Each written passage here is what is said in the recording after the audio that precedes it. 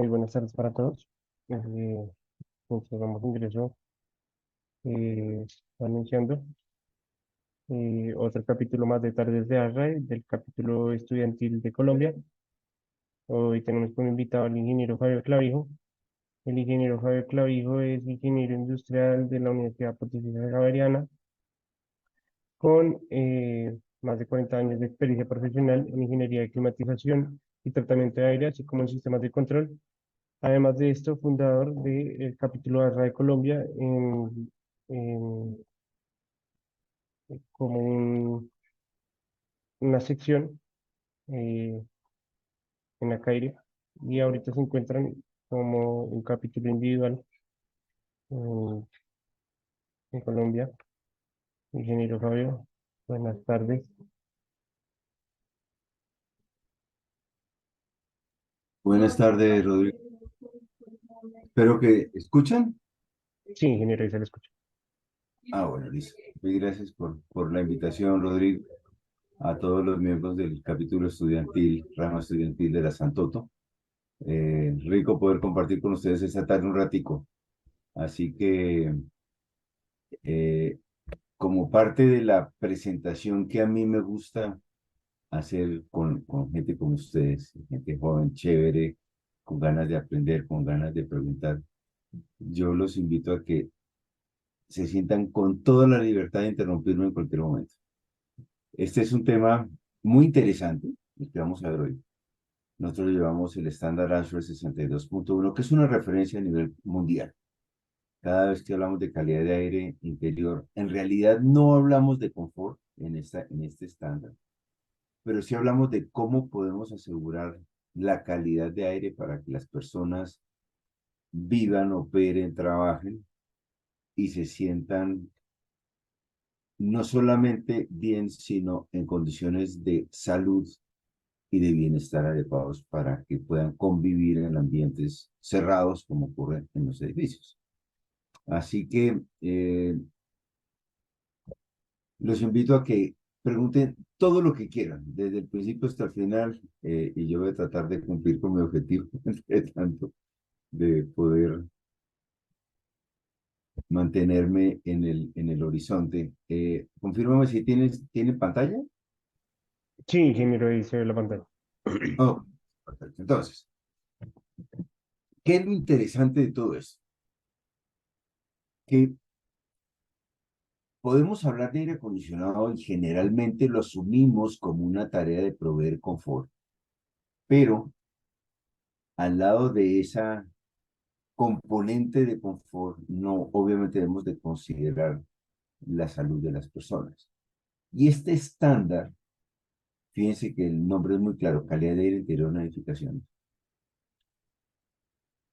nos lleva muy de la mano a decir cómo deberíamos entonces diseñar edificios para cumplir con este objetivo, dejando a un ladito el tema de confort, que eso lo podríamos llamar como el tema de cargas térmicas, enfriamiento, control de humedad, cosas de estilo.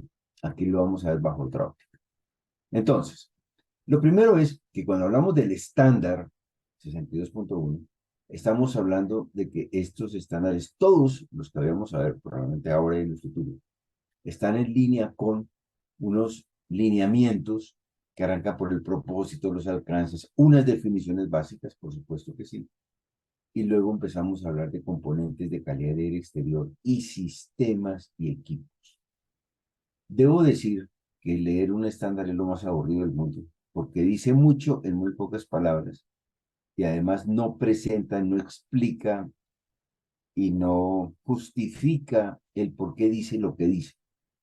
Entonces, de alguna manera, cuando leemos un estándar, uno tiene como que tratar de entender el contexto en el cual está escrito para poder ilustrar la razón de lo que ahí está presentado. Ahora, más allá de eso, aparecen unos procedimientos. Esa es la clave, el tema central del estándar es cómo certificamos una instalación, bajo qué procedimientos. Y ahí aparece el capítulo 6 que es el centro y el eje de todo el funcionamiento del estándar 62.1. Después ya vienen otras consideraciones es cómo deberíamos entonces mirar el estándar bajo construcción, bajo condiciones de arranque, operación, mantenimiento, y bueno, ya vienen otras referencias y normas referenciales. De cualquier manera, cuando hablamos de propósito, entonces nos concentramos en el tema de proveer una referencia de calidad de aire interior que sea aceptable.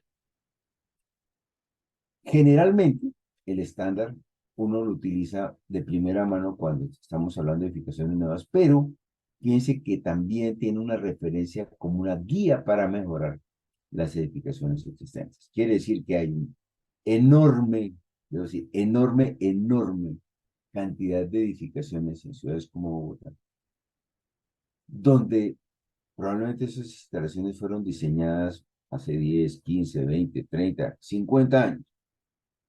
Y la pregunta que yo siempre me hago es, ¿será que esas edificaciones sí cumplen con esos compromisos, con esas apuestas de calidad del interior?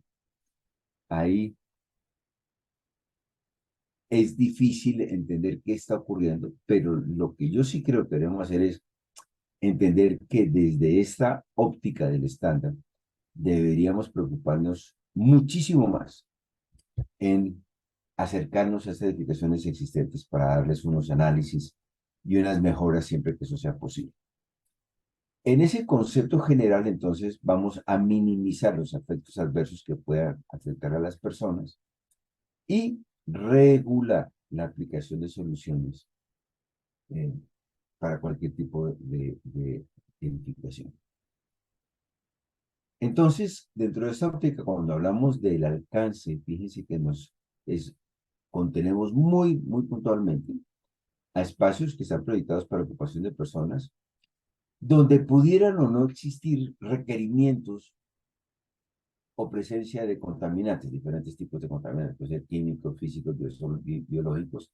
Y entonces aquí, cuando empezamos a hablar del tema biológico, ¡pum!, traemos de primera mano el COVID-19. Efectivamente, el COVID-19 es uno de esos temas que debemos considerar dentro del estándar 62.1 como un ejercicio muy fuerte.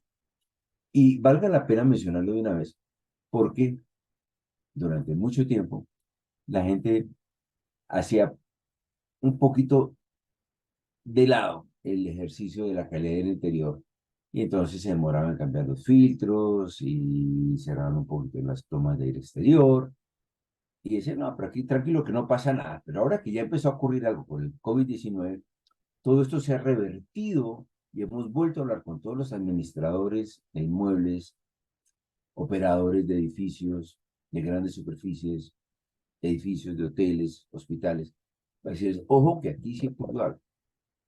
Y lo que sí necesitamos hacer es volver a repensar cómo hacemos bien la tarea y debemos hacer un cerramiento, un acercamiento para que realmente le ofrezcamos una buena calidad de aire a las personas. En ese objetivo, entonces, hablamos de requerimientos de ventilación y de limpieza de aire en todas las etapas de la vida útil de una instalación, pasando desde la etapa de diseño e instalación, luego por etapas de comisionamiento, operación y finalmente mantenimiento. Quiere decir que el estándar nos lleva de la mano en todos estos escenarios de funcionamiento y de mejora en la operación de los sistemas. Donde sí no aplica es en espacios donde tengamos fumadores. Ustedes saben que en Colombia no se acepta por ley que las personas fumen dentro de áreas cerradas. Tampoco en ese estándar nos centramos en temas de residencias de tipo monofamiliar, casas. Tampoco vamos a hablar de aplicaciones del estándar 62.1 en edificios multifamiliares de 3 pisos o menos. Esos lo referimos a otro estándar hermano, que es el 62.2. Ahí hablamos de esas estructuras multifamiliares o casas monofamiliares, que son aplicaciones residenciales muy puntualmente. Y luego, tampoco nos vamos a referenciar en este estándar a sistemas de climatización o de tratamiento de aire en vehículos, en aviones, en transportes, en tractores, lo que ustedes quieran, ahí no nos vamos a meter. Entonces, hablemos de algunas definiciones que son bien importantes. Una, calidad de aire interior. ¿Qué es calidad de aire interior y cómo lo definimos cuando las condiciones son aceptables?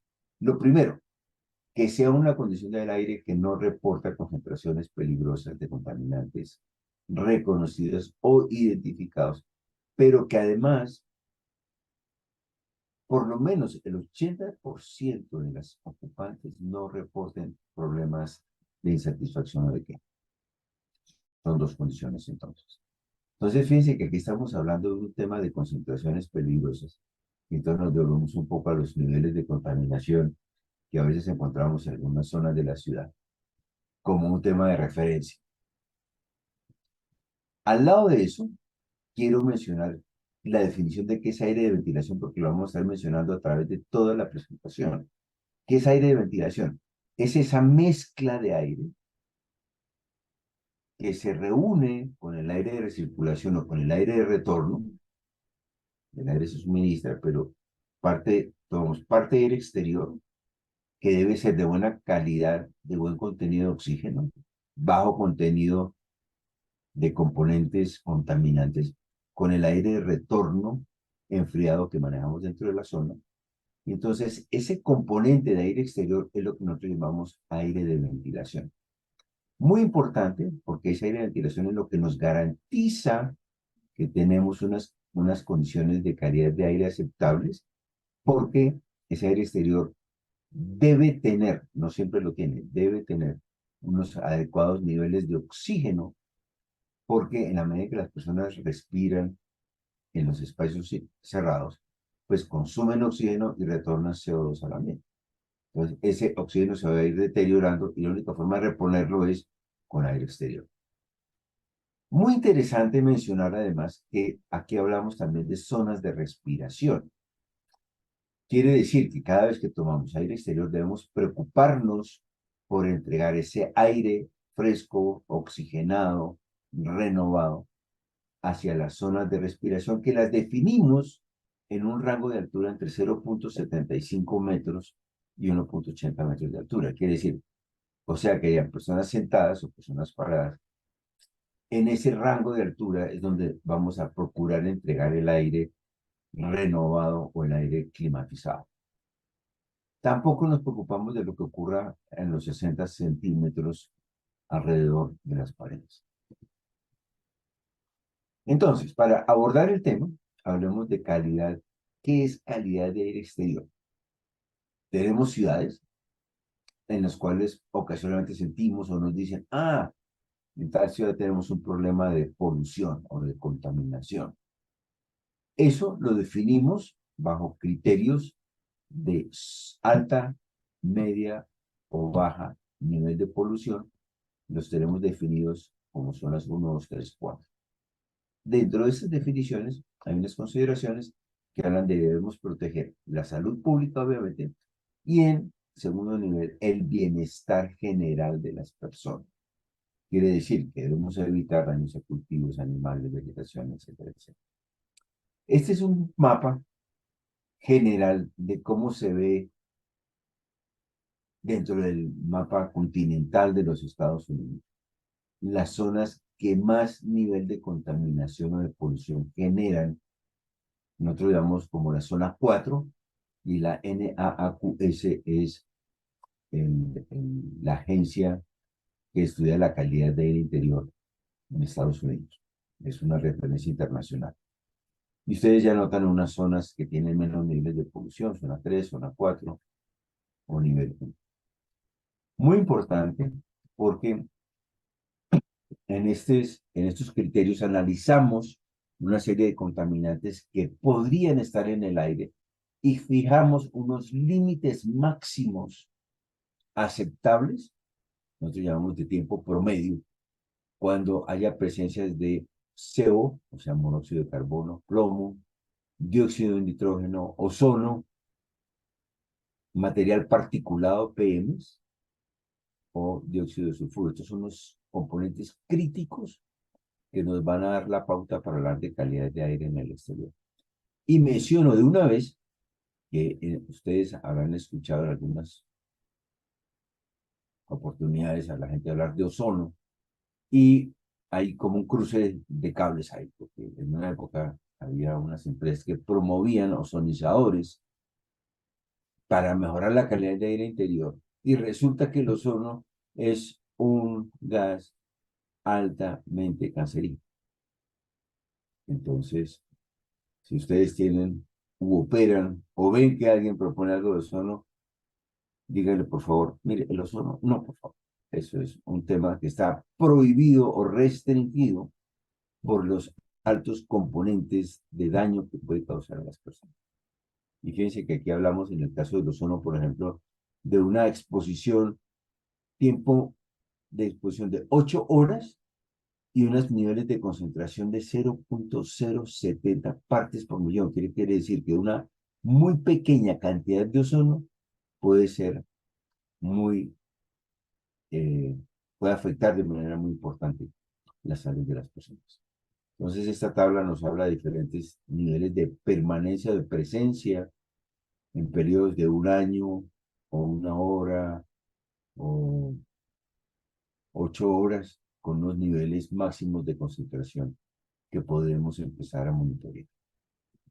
Ahora, eso cuando lo traemos desde el estándar y empezamos a identificar, ¿y eso cómo funciona en Bogotá?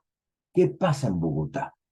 En Bogotá se construyó el índice bogotano de calidad de aire, que está referenciado a particulados de 10 micrones o de 2.5 micrones, ozono, el O3, monóxido, con presencia de 8 horas, dióxido de azufre, presencia de 1 hora, con los rangos máximos que se aprobó por parte del distrito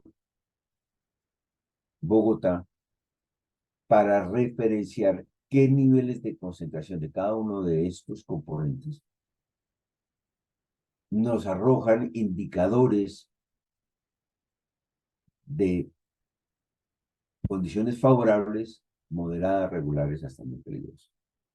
Entonces, esta tablita es muy importante porque le da a uno una película muy clara de dónde se encuentran esos niveles de concentración para esos niveles de horas de exposición de las personas a esos diferentes componentes o sustancias.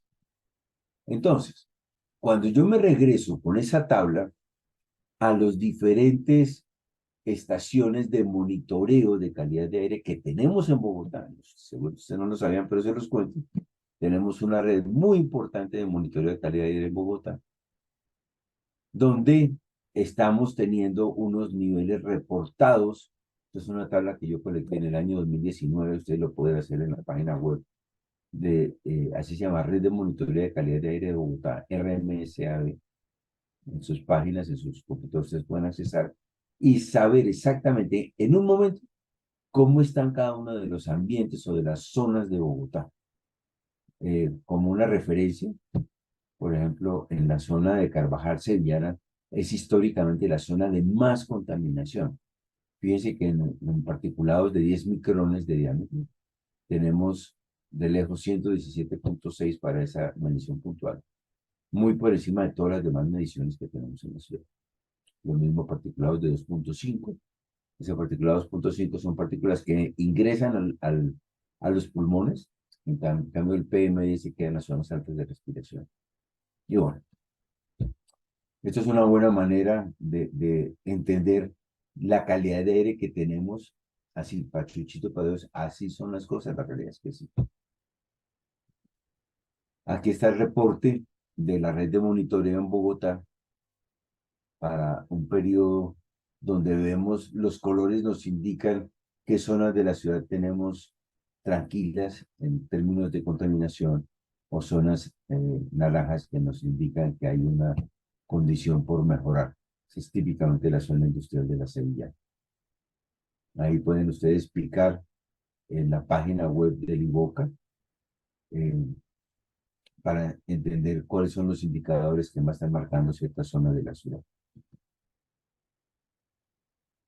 Caso muy interesante, por ejemplo, tenemos un caso similar en Lima, donde tenemos igualmente una red interesante de monitoreo de calidad de aire. Igualmente aparecen unas zonas naranjas que nos indican, ahí está pasando algo. Y históricamente hicieron un estudio muy bonito porque esta era la información que traíamos antes del COVID-19 con una zona en la franja interior este de la ciudad, con unas zonas de contaminación interesantes, bastante complicadas, pero en el momento en que se declaró el COVID-19, estamos hablando 16 de abril, perdón, de marzo 2020, donde empezó el cerramiento de las personas por tema del COVID-19 y cómo se redujo dramáticamente en cuestión de pocos días todo el esquema de calidad de aire, mejorando dramáticamente esas zonas que mostraban altos niveles de contaminación. Creo que es un ejercicio que confirma que sí debemos hacer algo muy urgente en las zonas altamente industrializadas para que llevarlas a que reduzcan sus niveles de emisiones en el ambiente. Entonces, cuando nos concentramos en el estándar, en esos contaminantes, hay varias referencias que debemos tener en cuenta. Uno, si tenemos unos contaminantes importantes referenciados en PM10, particulados mayores a 10 micrones, la primera recomendación es debemos filtrar el aire sí con unos niveles mínimos de filtración MERV 6. MERV 6 es una guata, una telita apenas para retener algunos particulados grandes. Pero si nos movemos hacia reportes que muestren contaminantes importantes en PM2.5, nos toca mejorar la filtración. Aquí estamos hablando de filtros certificados de mediana eficiencia que tienen un costo importante, que hay que mantener todos los meses, ver cómo se mantienen y cómo al cabo de unos 4, 6 o 9 meses empezar a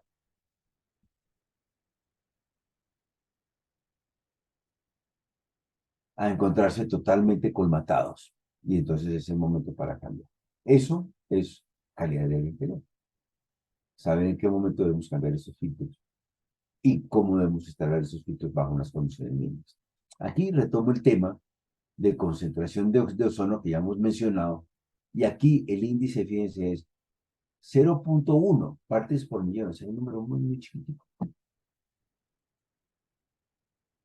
Nos bota un nivel de alerta si tenemos reportes en los últimos 3 años con promedios anuales en el cuarto registro más alto de concentración reportados históricamente.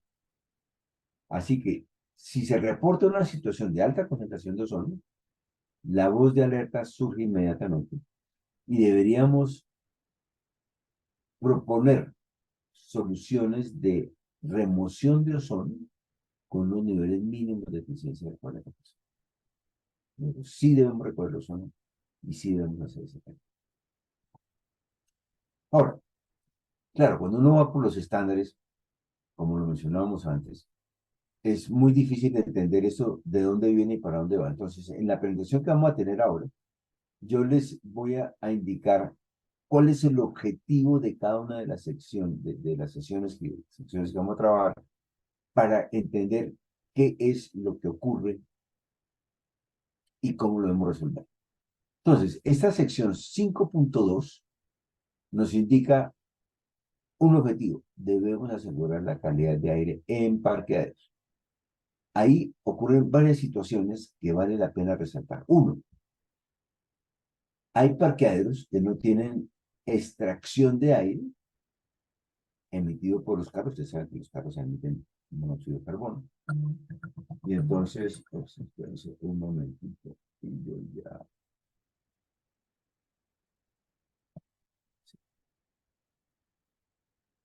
Pues sigamos. En esta lámina de la izquierda, yo he visto que en algunos edificios se están proponiendo unos pasos en placa con unas rejillas y lo primero que yo quiero declarar es eso no sirve para nada, no resuelve absolutamente nada. Esos son inventos de los arquitectos que nos han traído soluciones inventadas por ellos para decir, ojo, lo que dicen los no, tranquilo ingeniero, que el aire se mueve.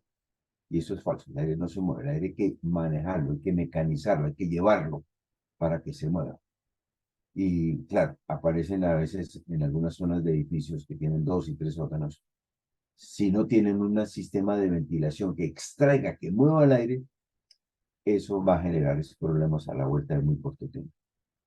En la lámina del centro tengo otra referencia, y es que en algunos edificios hemos empezado a ver cómo están estos duplicadores de espacios de parqueaderos.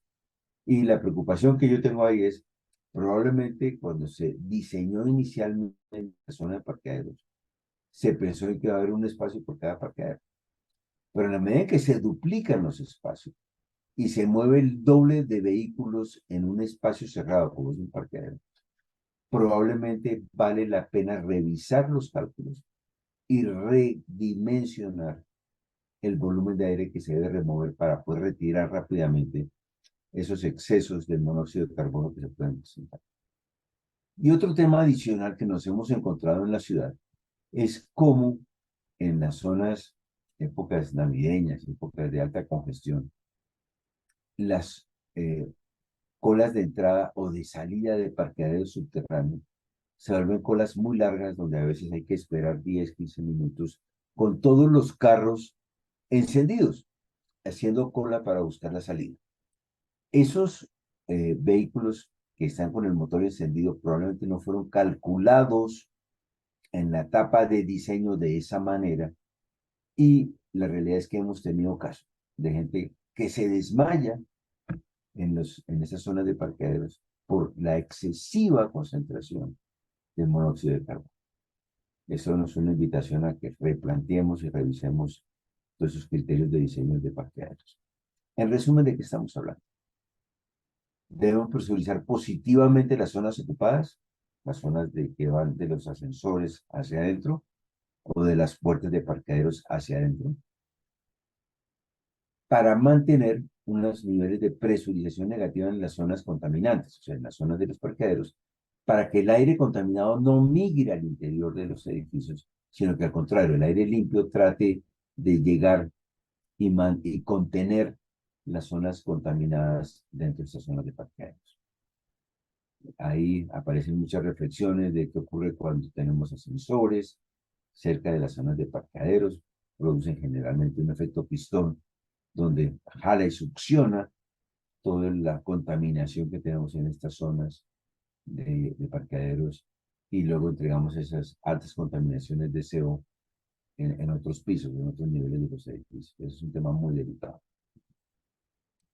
Ahora, en la sección 5.4 estamos hablando de cómo separamos las tomas de aire exterior, porque ocurre en muchos edificios, como en esta foto que tengo aquí a la derecha, que esta es una persiana larga de toma de aire exterior, pero está a espaldas dando contra una zona de parqueaderos. Ustedes saben que cuando se parquea un carro de cola contra esta persiana, lo que va a hacer es que va a succionar una enorme cantidad de monóxido de carbono que debería ser limpio, pero que obviamente va a quedar con unos enormes niveles de contaminación hacia las zonas interiores. Entonces, esta sección nos da una tabla de qué distancias mínimas debemos mantener entre esas tomas de aire exterior y los puntos donde estamos emitiendo o entregando sustancias contaminantes.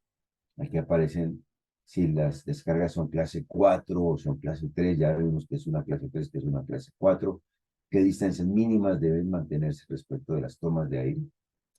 Si tenemos chimeneas o tenemos garajes, debemos mantener unas distancias mínimas, en este caso de 5 metros. Si es un área de carga de camiones o parqueadero de buses, 7.5 metros de distancia mínimo para poder calcular y pensar que estamos haciendo unas tomas de aire razonablemente buenas en términos de calidad de aire. Aparecen áreas de basuras, 5 metros de distancia. Torres de enfriamiento, muy, muy delicado el tema, porque las torres de enfriamiento traen unos problemas de contaminación de legionela que pueden afectar y matar a las personas por problemas respiratorios. Ahora, pasamos a otra sección, 5.5. ¿Qué nos dice la sección 5.5? que la filtración mínima, ojo, mínima de partículas del aire, debe cumplir con una clasificación mínima MER 8. MER 8, ¿qué es? Un filtro básico, pero que tiene unos niveles de eficiencia certificados de retención de partículas, generalmente cercanas al 80% de partículas eh, con diámetros alrededor de los 3 micrones de diámetro. Entonces, esas son unas definiciones que deberíamos tener muy claras a la hora de definir qué nivel de filtración deben tener los intercambiadores a las unidades de aire acondicionado, las unidades de ventilación. Claro, cuando hablamos de mantenimiento, es el otro tema, en esta sección el estándar nos dice, ojo, el límite de caída de presión de un serpentín de enfriamiento, que ustedes lo han visto seguramente en películas o en sus visitas técnicas, nos dice que se deben mantener con una máxima caída de presión de 0,75 pulgadas por unidad. ¿Qué quiere decir eso? Que los serpentines a veces, cuando toman aire exterior muy caliente, muy húmedo, requieren baterías muy gruesas, de muchas hileras, para poder hacer todo el proceso de transferencia de calor y retener o eliminar ese contenido de calor y de humedad que traemos del aire exterior. Entonces, lo que nos dice el estándar es, ojo, no me ponga serpentines demasiado gruesos.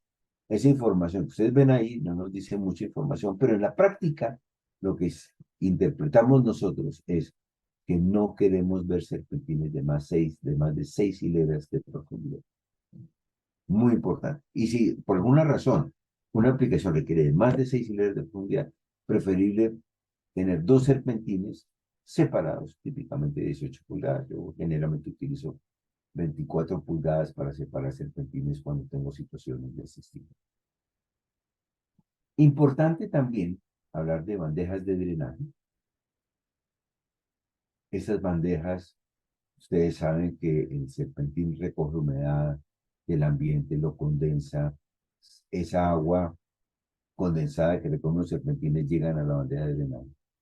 Y esa bandeja, si no tiene unos adecuados niveles de diseño, pueden generar lo que llamamos colonias de crecimiento de microorganismos que pueden generar problemas de salud y de afectación muy fuerte. Sobre todo, lo vemos, por ejemplo, en temas de hoteles, por ejemplo, donde el mantenimiento a veces no es el ideal y los serpentines o las bandejas no están debidamente inclinadas, instaladas para evacuar toda el agua que se presente a nivel de la bandeja.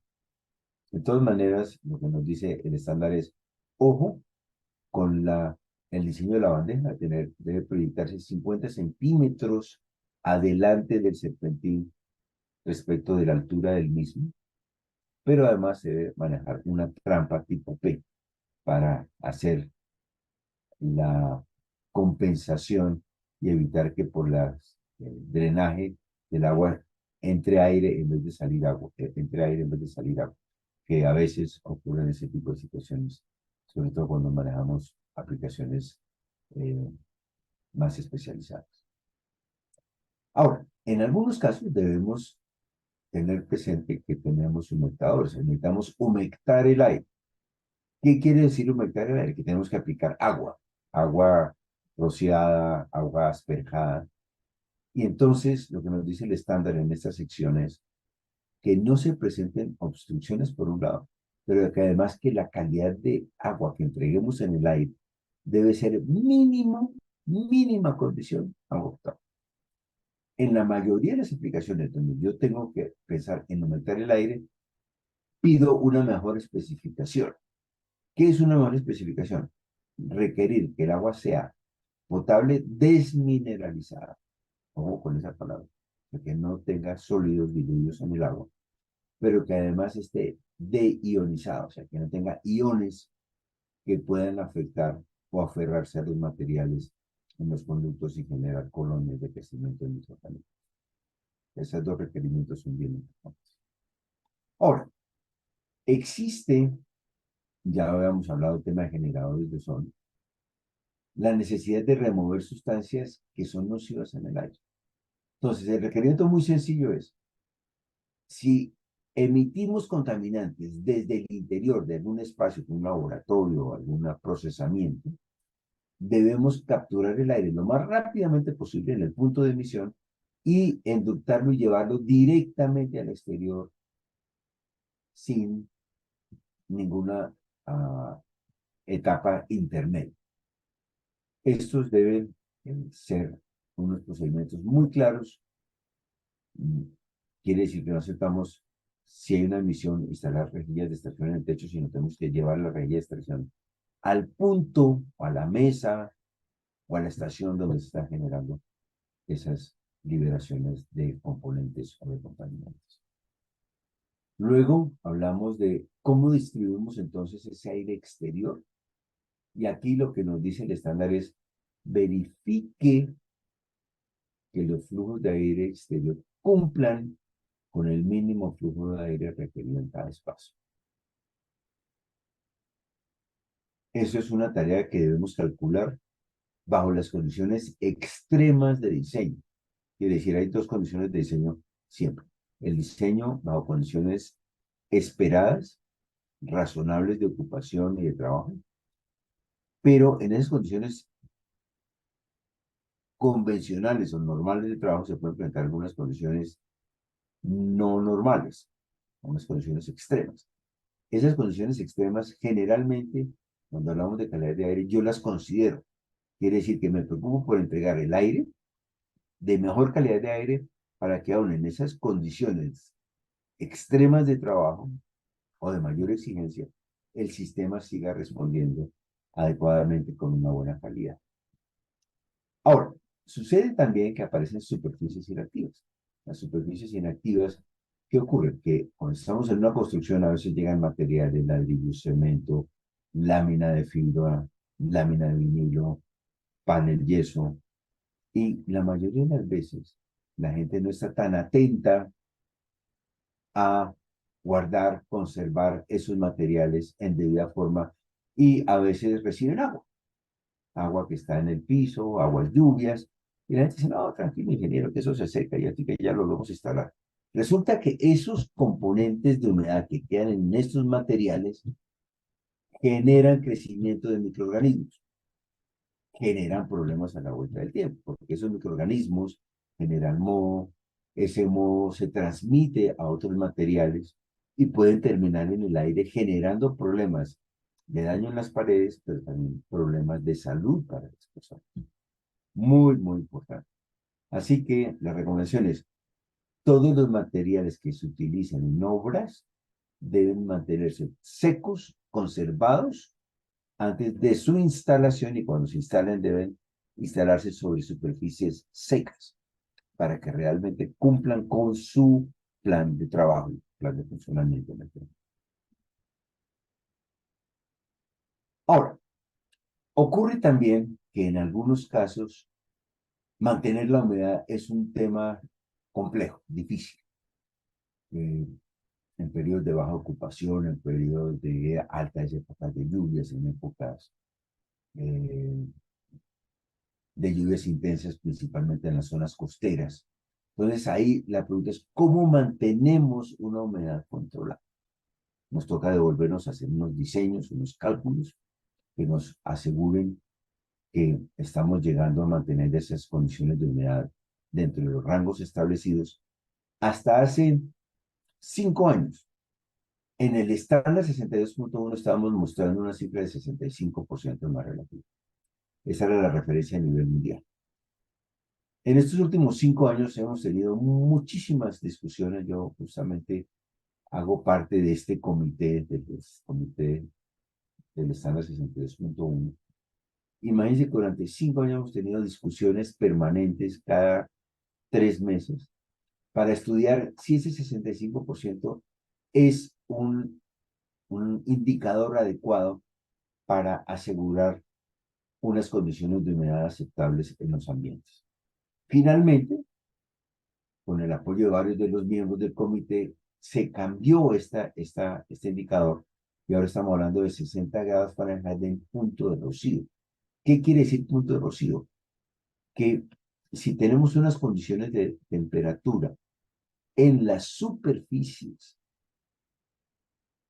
que estén muy frías, va a empezar a generarse problemas de condensación en las superficies. Es como cuando ustedes tienen una botella de cerveza o de gaseosa muy fría, la sacan de la nevera y la ponen en la mesa, al poco tiempo empieza a sudar. Eso es un problema de humedad y de condensación que va a terminar afectando los materiales, pero que también puede llegar a afectar la calidad de aire de los ambientes. Entonces, lo que queremos es, con estos 60 grados Fahrenheit, definir que estas son las condiciones límites superiores aceptables para hablar de control de humedad en espacios acondicionados. Porque, claro, pueden presentarse unas condiciones en las paredes de temperaturas muy calientes en los cuales se van a presentar definitivamente problemas de condensación ante presencia de un aire muy frío. Ahora, sigo avanzando. Hablemos de clasificación de aire en ambientes cerrados.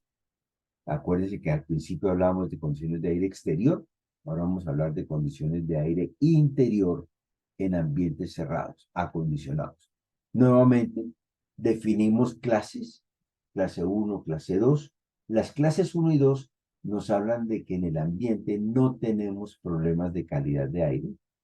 Probablemente en clase 2 podrían presentarse algunos inicios de irritación sensorial, algunos olores perceptibles, nada que nos genere problemas, pero lo que sí es importante es que, claro, en aire acondicionado necesitamos recircular el aire, porque es un aire que ya hemos hecho una inversión en energía para poder enfriarlo, pero si tiene demasiados contaminantes empezamos a repensar cómo resolvemos esos temas.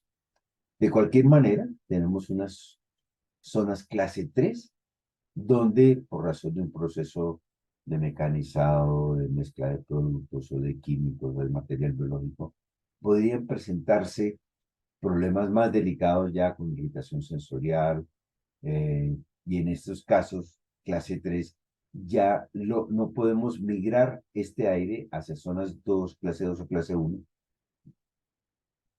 Y la recomendación es, en el mejor de los escenarios, podríamos recircular parte del aire, pero enriqueciéndolo con aire exterior para reducir esos niveles de concentración y seguramente manteniendo unos niveles de presurización negativos.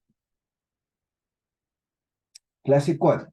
Aquí estamos en el caso más crítico, emisiones altamente agresivas, donde tenemos materiales y particulados potencialmente peligrosos, y aquí el aire no se puede migrar hacia otras zonas, y en lo posible se debe hacer un tratamiento de aire 100% aire exterior con 100% aire de extracción para reducir esas emisiones que pueden afectar de manera importante la salud de las personas. Entonces, en el estándar hablamos de diferentes clases de aire que nos encontramos en nuestras edificaciones. Fíjense que clase 4, por ejemplo, sería una zona donde tenemos campanas de laboratorio o donde tenemos impresoras. Las impresoras, curiosamente, son altos emisores de ozono y por eso las clasificamos en zona 4, en clase 4. Campanas donde tenemos cocinas comerciales, definitivamente clase 4, o donde tenemos cabinas de pintura. Esas son las zonas eh, que más problemas nos pueden generar en espacios en espacios cerrados de edificios o de plantas de tratamiento o de producción. Clase 3, si tenemos cuartos de máquinas de refrigeración, si tenemos cocinas residenciales, clase 3. Y finalmente, una zona donde haya algo de ascensores, cosas, bueno, pues si ya no es tan grave, parece ser que con clase 2 resolvemos el tema, pero de alguna manera nos ponen referencia de qué tipo de zonas estamos enfrentando típicamente en cada uno de estos pasos. Voy más adelante. ¿Cómo transportamos el material contaminante? Lo primero es, en las zonas que son contaminantes, debemos mantener los criterios permanentes de presurización negativa. Y más allá de tener el diseño de la zona con presión negativa, debemos asegurar que esa extracción se realice a través de conductos donde esos conductos estén permanentemente sometidos a presión negativa. Quiere decir que el ventilador está en la punta, en el extremo opuesto de nuestra zona de emisión, siempre succionando el aire. Si por alguna razón eso no es posible y necesitamos trabajar con niveles de presurización positiva, debemos revisar el diseño total de los conductos y llevar esos conductos a un esquema de construcción clase 2 o clase 3, que son unos conductos sellados, herméticos, soldados, no haya ninguna posibilidad de... Entonces, habíamos hablado también que uno de los criterios claves, fundamentales, de todos los diseños de aire acondicionado pasan por este criterio. Los edificios deben mantenerse presurizados positivamente todo el tiempo. Estoy hablando de la edificación, no de las áreas individuales. Ojo con eso. Entonces, si tenemos una casa, debemos velar porque en todo momento la casa o el restaurante o el punto de venta se mantenga presurizado positivamente. ¿Cómo lo logramos? Haciendo unas mezclas y cálculos de cuáles serían los puntos de exfiltración natural o los puntos de infiltración a través de chimeneas, de vientos predominantes, a través de las mismas condiciones de diseño de las fachadas. Y compensando esos niveles de exfiltración y filtración con unos adecuados niveles de ventilación para mantener presurizada la zona positivamente. Que tenemos que traer aire exterior filtrado y entregado en la zona con unos adecuados niveles de presurización sin llegar a las condiciones de sobrepresurización que ya nos van a generar problemas si llegamos al otro extremo de generar una excesiva presurización en los espacios. En este caso tenemos controles de ventilación y nuevamente volvemos al mismo tema.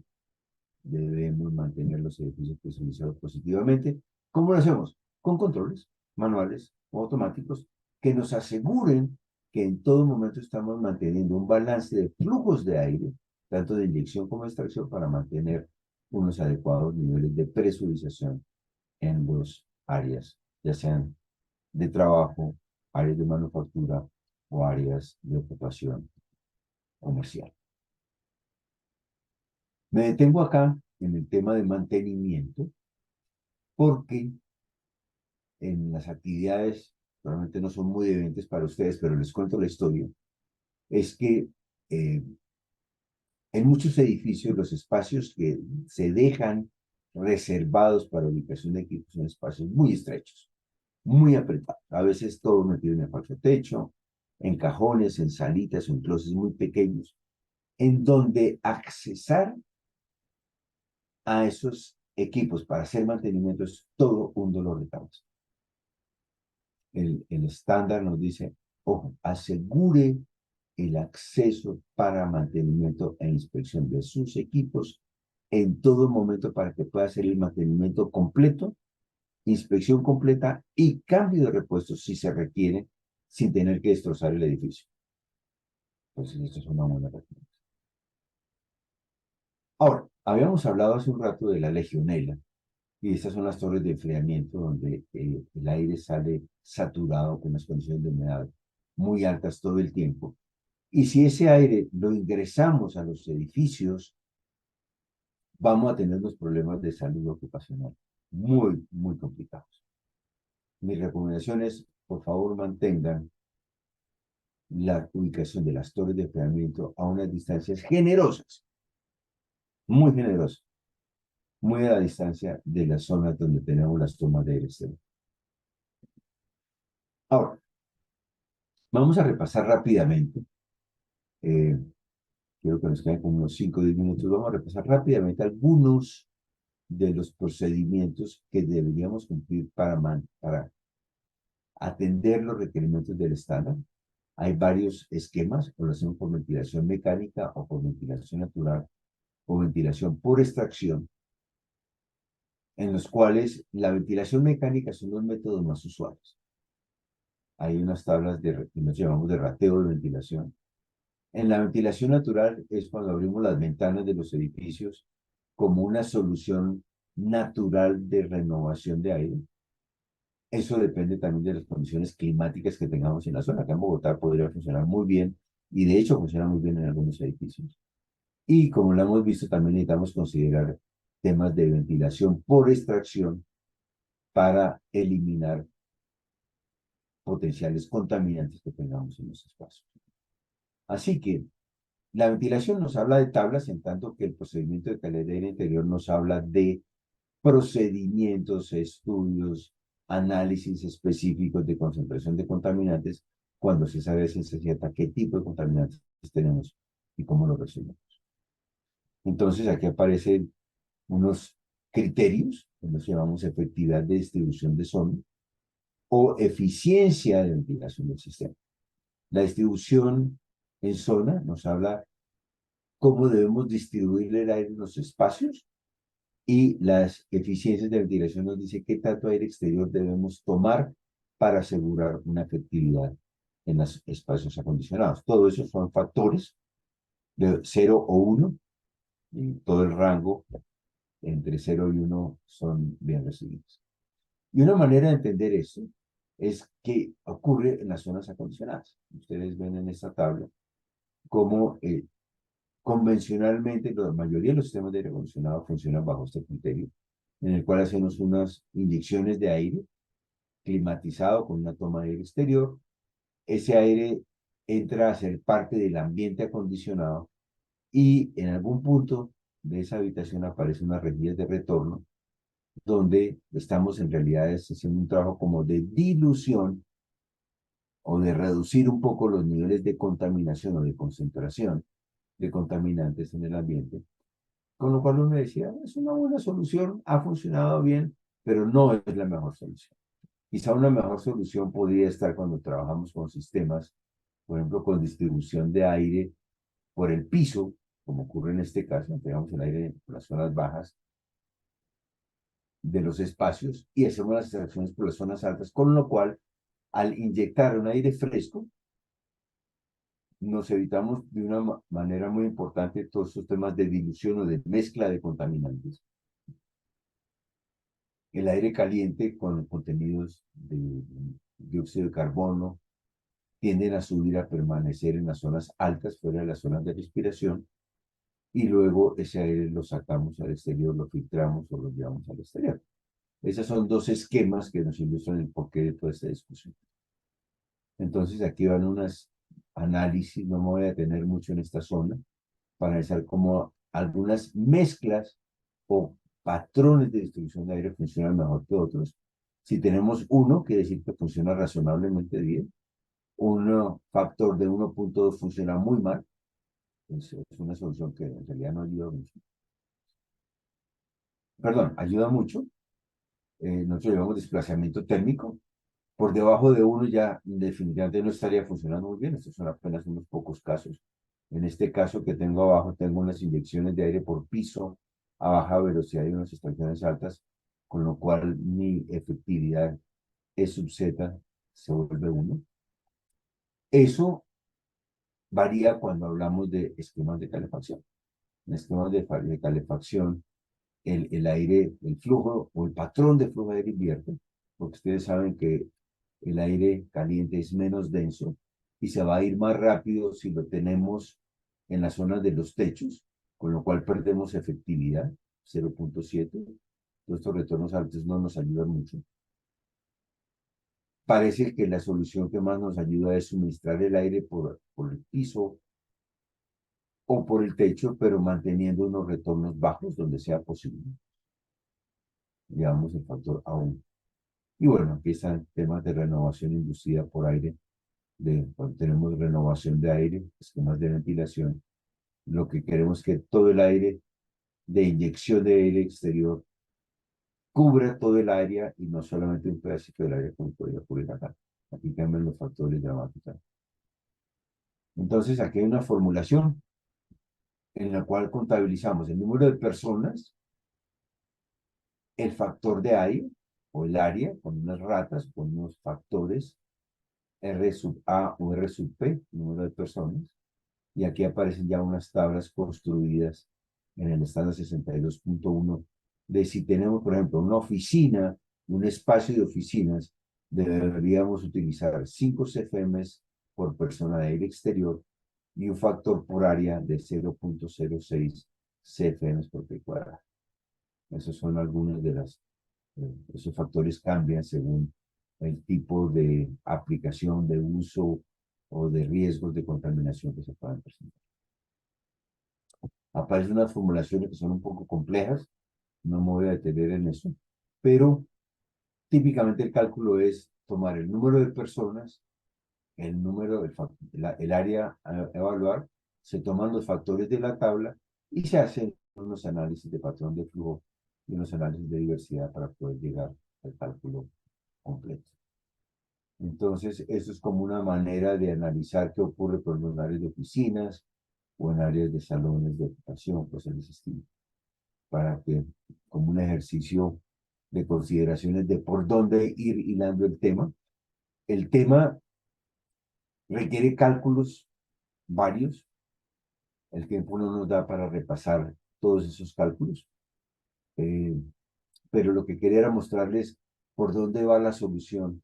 Seguramente si tenemos espacio más adelante en alguna otra sesión, podríamos hacer una sesión solamente para revisar estos cálculos y estos procedimientos que nos llevan a asegurar que sí tenemos unas condiciones de cálculos de toma de aire exterior para proveer una adecuada calidad de aire, cumpliendo con el estándar 62.1. Entonces, hasta aquí era hasta donde quería compartir con ustedes las sesiones del día de hoy.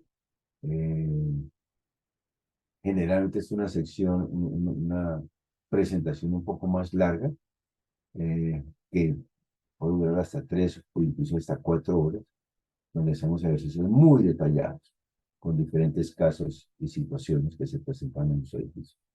Pero bueno, siendo esto un caso de introducción, lo que quería era presentarles todos los criterios que se pueden manejar, todos los análisis que se deben hacer y ponerlos a ustedes en un ejercicio de decir, ese es un punto de partida para empezar a hacer cálculos de aquí en adelante. Así que con esto cerramos la sesión del día de hoy. Si ustedes tienen preguntas, bienvenidas todas. Y ya tenemos oportunidad seguramente más adelante de compartir en mayor detalle este tipo de estándares. Dime, Rodrigo. Bueno, ingeniero, muchas gracias por tu tiempo.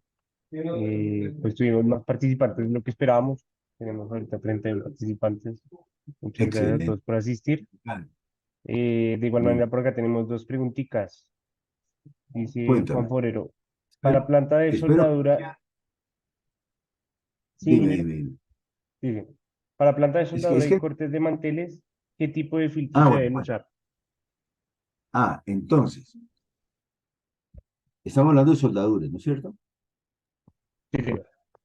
Bueno, entonces, este es un caso que se sale de los parámetros del estándar 62.1, porque es un proceso industrial, y evidentemente en las zonas donde tenemos soldaduras se emiten muchos residuos eh, de tipo gaseoso que pueden tener componentes delicados para la salud. La recomendación ahí es asegurar unos adecuados niveles de renovación de aire. Cuando digo renovación de aire, quiere decir que hay que inyectar aire exterior, capturar en un punto cercano a la soldadura con una rejilla de extracción y luego succionar ese aire y llevarlo directamente al exterior. Lo que no queremos es que esas emisiones que quedan de los trabajos de soldadura entren en contacto de manera permanente o sostenida con los procesos de respiración de las personas porque les podríamos estar afectando. Eh, en la industria metalúrgica, donde nosotros hemos trabajado, o en la industria de productos farmacéuticos, estos temas son muy, muy delicados. Y ahí hay que hacer un estudio bastante exigente, bastante detallado, con unas normativas que generalmente van asociadas a este tipo de procesos. Hay un libro que vale la pena referenciar, que es un libro publicado eh, por una sociedad de higienistas industriales. Se llama el Manual de Ventilación Industrial.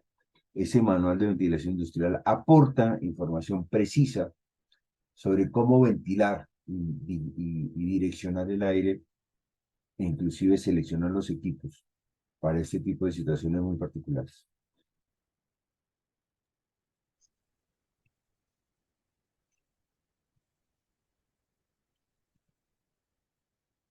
¿Alguna otra pregunta?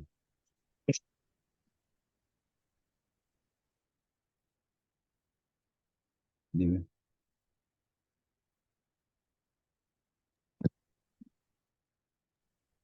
Ingeniero, ¿me escucha? Sí, te escucho. Ah, ok. Otra de las preguntas, que bueno, creo que el fallo, que otra de las preguntas de Juan Forero es, ¿qué tan importante puede ser la calidad de aire en una planta donde no haya generación de gases? ¿Qué tipo de gases? La pregunta siempre se regresa es, tenemos que establecer cuáles son las características de las emisiones que estamos entregando en el ambiente. Esos gases pueden ser propano, puede ser isobutano, puede ser mil cosas. Existen tablas a través de este manual que les comentaba de ventilación industrial para asegurar mínimos niveles de renovación de aire en estos ambientes donde se manejan contaminantes. La lista puedo decirles fácilmente que puede ser unos 100, 120 eh, sustancias que pueden estar presentes en el aire. Entonces, hay que analizar caso por caso. Se hace una caracterización, o sea, un estudio del volumen de emisiones. A veces los definimos en gramos por metro cúbico, a veces los definimos en niveles de concentración en el tiempo. Eh, no hay una fórmula única. Hay que hacer un trabajo muy detallado cada vez que tenemos un caso de este estilo.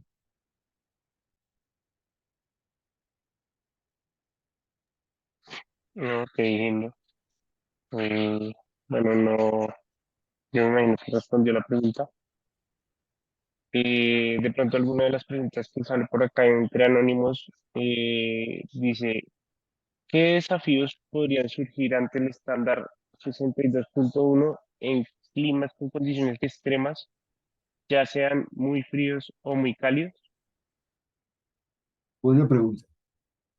El tema es largo, es bien complejo, porque en esos condiciones extremas cálidas, se pueden presentar dos tipos de situaciones. Pueden ser extremas cálidas muy húmedas, yo los defino extremo cálido y extremo húmedo, o pueden ser zonas extremas cálidas y extremadamente secos, como ocurre en el caso de los desiertos.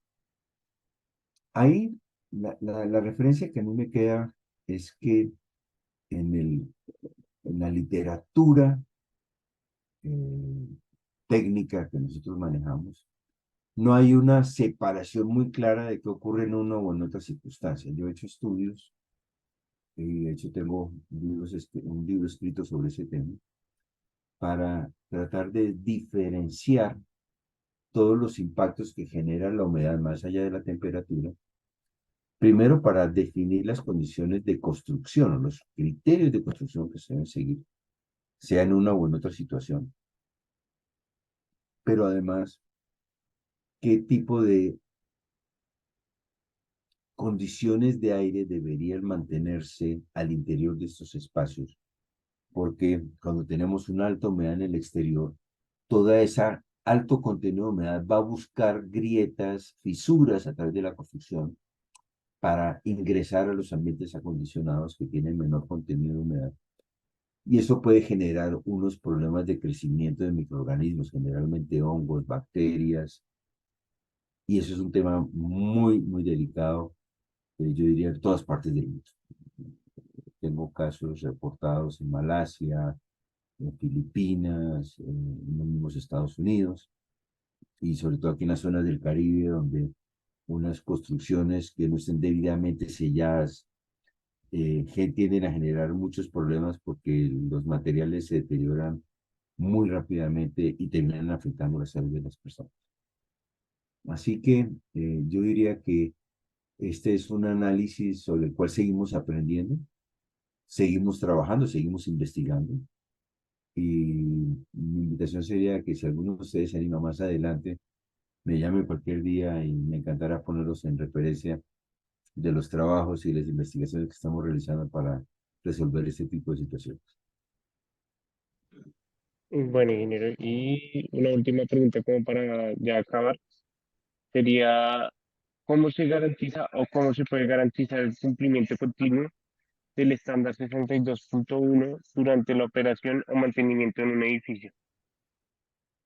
Sí, son dos cosas. Uno es mantener o cumplir con el estándar 62.1 estando el edificio en operación. Y ahí el primer paso es asegurar que tengamos las ratas o los niveles de renovación de aire que se calcularon, asegurar que se cumplan permanentemente. Eso es clave. Eh, Segundo, si se reportan quejas en alguna parte del edificio o por algún usuario, inmediatamente tomar acciones de mediciones, de análisis de espacios, de análisis de procesos que se pueden estar llevando a cabo en esos espacios para resolverlos rápidamente. Yo diría que serían las dos puntas del hilo más importantes para empezar a resolver esto. Y luego, durante el mantenimiento, que es la otra parte de la ecuación, es asegurar que el mantenimiento se haga bien. Como lo mencionamos al principio, nos preocupamos hoy en día, después de todo el paso por la situación del COVID, que las certificaciones y la administración de estas certificaciones generen planes consistentes, adecuados y suficientes para realizar actividades de mantenimiento. En muchos edificios esto infortunadamente no se cumple y ahí es donde vienen problemas de afectación de salud, de contaminación, de, tenemos de hecho edificios reportados acá en Bogotá donde los niveles de ausentismo laboral se han triplicado respecto de la media nacional. Entonces, cuando uno ve ese tipo de situaciones, lo que uno concluye rápidamente es el mantenimiento de este edificio es un desastre y probablemente habrá que revisar también el diseño para mejorar esas condiciones. Así que son como algunas de las historias que nos toca vivir de cuando en cuando en los varios edificios en los que intervenimos. Bueno, mil gracias por la invitación una vez más. Bueno, ingeniero, muchas Para gracias. un abrazo grande. Les deseo mucho trabajo, que se encarreten con este tema del aire acondicionado, que se encarreten con la y buena ingeniería, hagan lo que hagan en la vida, pero siempre comprométanse con ustedes mismos a hacer un trabajo de primera, con todos los estudios, con todo el rigor, para que su ingeniería y su gestión profesional realmente salga a flote y reluzca en todas las esquinas. Los espero. Un abrazo para todos. Bueno, ingeniero, muchas gracias. De igual manera, les recuerdo aquí a todos que esta charla nos estamos dando los martes en horas de la tarde. A que se encuentre interesado, estoy escribiendo mi correo en el chat. De igual manera, mi número de celular, por si alguno quiere hablar de algún tema específico en tareas de Array. Y además de esto, pues esta charla está haciendo estudios en nuestro canal de YouTube.